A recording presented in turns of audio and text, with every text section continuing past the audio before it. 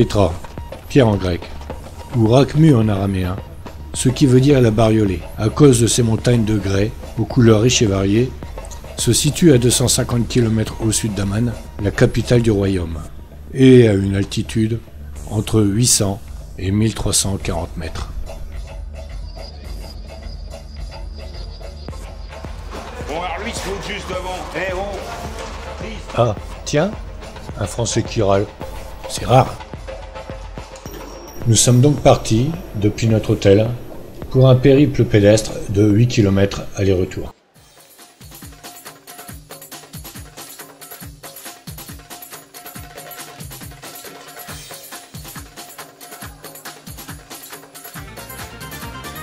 Le sikh est un terme arabe qui signifie le défilé. C'est un canyon long, étroit et sinueux de 1200 mètres entre les montagnes de grès. À l'endroit le plus haut, la montagne atteint 100 mètres de hauteur. La largeur du sikh varie de 3 à 17 mètres. Les montagnes sont sculptées par la pluie au fil des ans. Les couleurs admirables de la roche sont dues à l'oxydation, variant du noir au rouge en passant par le jaune, le bleu.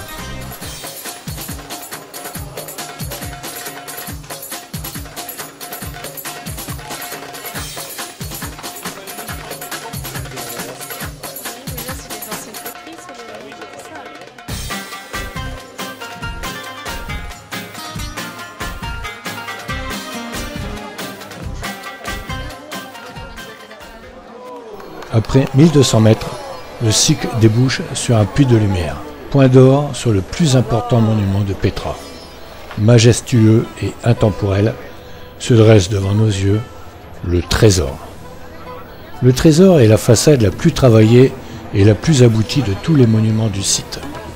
Ce chef-d'œuvre est la représentation du génie artistique que les Nabatéens ont développé au fil des siècles. Ce monument a été nommé le trésor car les Bédouins, qui vivaient à Pétra environ 200 ans auparavant, ont cru que l'urne contenait de l'or. Une autre histoire explique que les Bédouins, découvrant cette façade éclairée par le soleil, crurent qu'elle était recouverte d'or. Ils revinrent ensuite pour prendre l'or, mais la façade n'étant plus éclairée, l'or avait disparu. Ce monument, que l'on a longtemps cru être un temple, serait en fait certainement un tombeau dédié au roi Arestas IV. Il a été taillé au 1er siècle de notre ère, période la plus prospère de la villa. La construction est de style gréco-romain tandis que la décoration s'inspire également du style égyptien.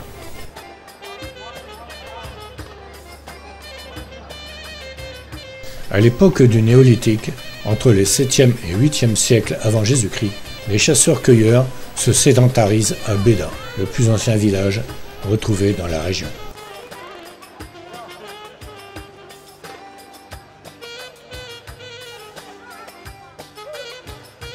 Au 6e siècle avant Jésus-Christ, un nouveau peuple sémite s'installe sur les montagnes de Pétra. Ce sont les Nabatéens. Les historiens pensent qu'ils étaient des nomades pillards venus du sud de la péninsule arabique. La géographie du lieu et les sources d'eau présentes dans cette région rendent l'endroit propice au développement d'une grande cité. Ils construisent des canalisations et des citernes creusées à même la roche, afin d'acheminer l'eau de source au nord de Wadi Moussa jusqu'à la cité.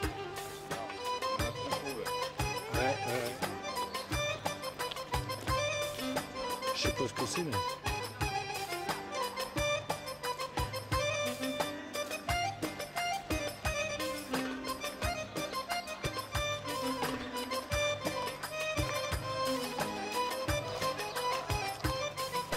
Pétra se situait sur les routes des caravanes, du Yémen vers les ports de la Méditerranée, de l'Orient vers l'Occident.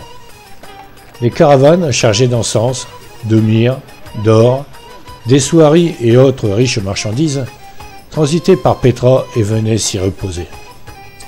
Les Nabatéens prélevaient en échange de leur protection et services une taxe sur les marchandises, ce qui assura leur richesse.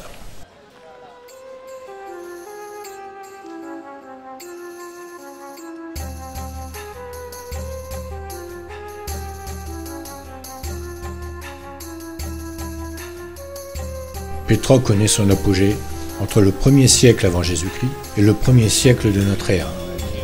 À cette époque, elle aurait compté plus de 20 000 habitants.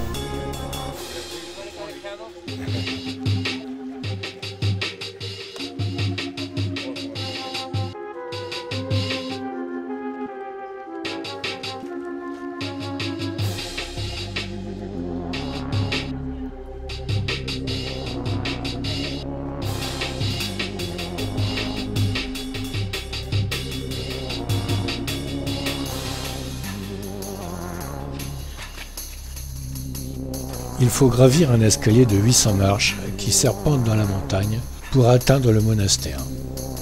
Je me suis abstenu.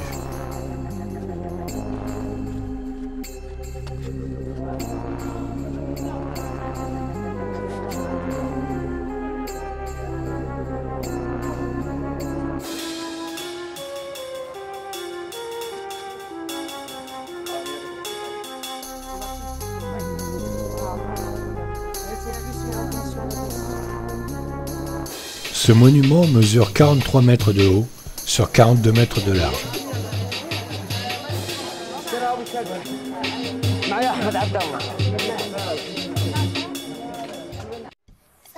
Après un séisme en 363, Petra perd peu à peu sa superbe.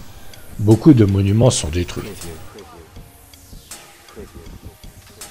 L'avènement de l'islam au 7e siècle marque un tournant décisif dans l'histoire de Petra et des Nabatéens. Celle-ci ne se trouvant pas sur la route du pèlerinage menant vers la Mecque, les Omeyyades, première dynastie musulmane présente dans la région, délaissent peu à peu Petra.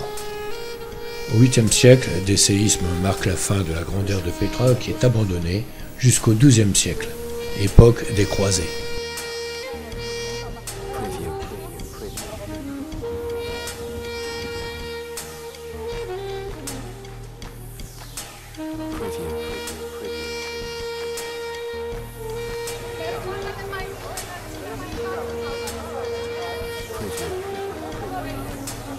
Petra a été classée au patrimoine mondial de l'UNESCO en 1985.